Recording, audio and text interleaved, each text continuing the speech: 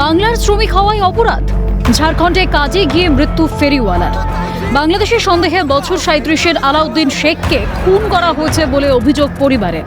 খবর ছড়িয়ে পড়তেই ক্ষোভের আগুনে জ্বলছে মুর্শিদাবাদের বেলডাঙ্গা। রেল লাইন ও জাতীয় সড়ক অবরোধে নাকাল হাজার হাজার মানুষের এই ক্ষোভকে সমর্থন জানিয়ে জনতা উন্নয়ন পার্টির চেয়ারম্যান হুমায়ুন কবিরের হুঙ্কার, বিষয়টি গুরুত্ব সহকারে দেখুক প্রশাসন, অন্যথায় আন্দোলন হবে। এইভাবে চলতে থাকলে বিহার, উত্তরপ্রদেশ, ওড়িশা থেকে আসা কোনো মানুষকে বাংলায় থাকতে দেওয়া হবে না। উত্তপ্ত পরিস্থিতি স্বাভাবিক। এই জিনিস চলতে থাকলে প্রশাসনকে আমরা পরিষ্কারভাবেই বলছি, প্রশাসন এটা সিরিয়াস ভাবে দেখুক এবং বাংলার বাইরে যদি কেউ ঝাড়খণ্ড, বিহার, উড়িষ্যা, উত্তরপ্রদেশ কাজ করতে গিয়ে যদি এইভাবে তাদের মরতে হয়, আমরাও বাংলায় এমন আন্দোলন করব, বাংলাতে কোনো বাইরের রাজ্যের মানুষকে এখানে, উড়িয়াদের, বিহারিদের, ঝাড়খণ্ডের কোনো লোককে এখানে থাকতে দেব না।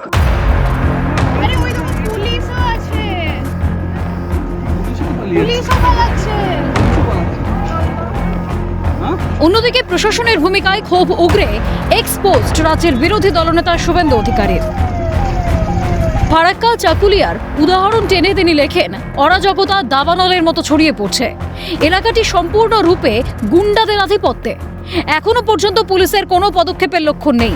আমি ডিজিপিকে বলতে চাই যে তারা বাহিনীকে একত্রিত করে এলাকার নিয়ন্ত্রণ পুনরুদ্ধার করুন। বার্তাটি খুবই স্পষ্ট যে আমাদের বাংলা রাজ্য প্রশাসনের কবল থেকে বেরিয়ে আসছে এবং সমাজ বিরোধী এবং দাঙ্গাবাজরা তাদের দখলে নিচ্ছে। যাদের ক্ষমতাসীন তৃণমূল কংগ্রেসের সমর্থন রয়েছে, যাতে তারা স্বাভাবিকতা ব্যাহত করার জন্য যা খুশি এবং যখন খুশি করতে পারে।